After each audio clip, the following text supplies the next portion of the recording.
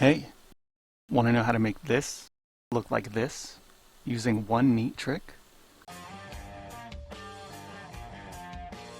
Well, first I need to go over how I found this trick. I checked out a source in a video by The Alternative Hypothesis, a survey of experts' views on intelligence from 2013. While these numbers are right, they weren't found via that survey, but one from the 80s that it cites. Out of curiosity, I decided to actually read this 2013 one by Renderman, Coyle, and Becker, and something stood out as kinda strange. According to the abstract, experts believed education was the most important factor, followed by genes. But how could that possibly be the case if, so often, genes were believed to be the most important factor? Genes were believed to be the most important factor. Genes were believed to be the most important factor. Genes were believed to be the most important factor. Genes were believed to be the most important factor. Genes were believed to be the most important factor. Genes were believed to be the most important factor. Or if genes were believed to be the most important factor? Well, that's suspicious. Really makes you think. I immediately began to wonder, is it possible their numbers are bullshit? As it turns out, yeah, they kinda are. Let's check the survey to see what they asked. Intelligence researchers were asked to rate 15 factors on a scale of 0 to 100, from very unimportant to very important. They were not asked to create percentages of a whole using all 15 factors, but instead to rate each of them individually. Why might this be a problem? Well, it's key to a neat mathematical exploit. Say you surveyed someone asking them to rate the importance of various parts of a pizza. This person responds putting pepperoni at 80 on the scale. Clearly they really like them. They're the biggest contributing factor to their enjoyment. They put the cheese as less so, but still meaningful.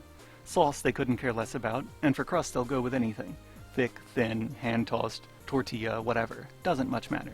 You'll notice these numbers don't add up to 100, so we're going to do what the surveyors did and adjust them into percentages. Now, if you wanted to be really dishonest, if you wanted to downplay the importance of pepperoni and overstate the importance of something else, say cheese, do you know how you could do it? Just ask more questions about cheese. The respondents will then have to assign points to each of those. Yeah, the quantity matters. Having too little would be bad, he thinks. Yes, the texture and quality matter too, because it could be too soft, too brittle, some gross type of cheese. Any of those things being wrong would hurt his enjoyment. Now, you know what you do once you get these responses back? Combine all the cheese answers into one. Now, it suddenly looks like respondents believe cheese is the most important thing, when in truth they valued pepperoni more. This is what the study did for education. By splitting it into quantity and quality, then combining those results back together in the end. How do we know this is what happened? Because it's what they told us happened. People didn't respond building everything to 100 as if they were making percentages. People responded to each factor individually.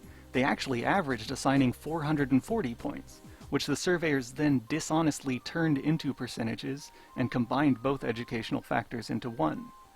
This is all you need to do. Split up a single factor so it gets more points, then amalgamate it back together to force that answer into first place. Knowing this information, let's just pretend that we're an average intelligence researcher taking their survey.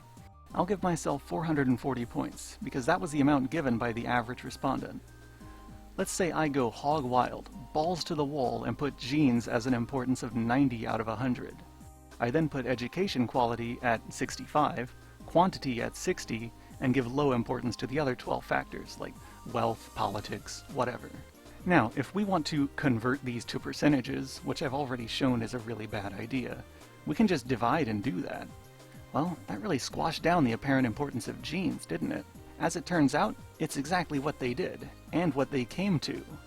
Now, if we want to go a step beyond too far, we'll add both educational factors together into a single result, forcing that into first place.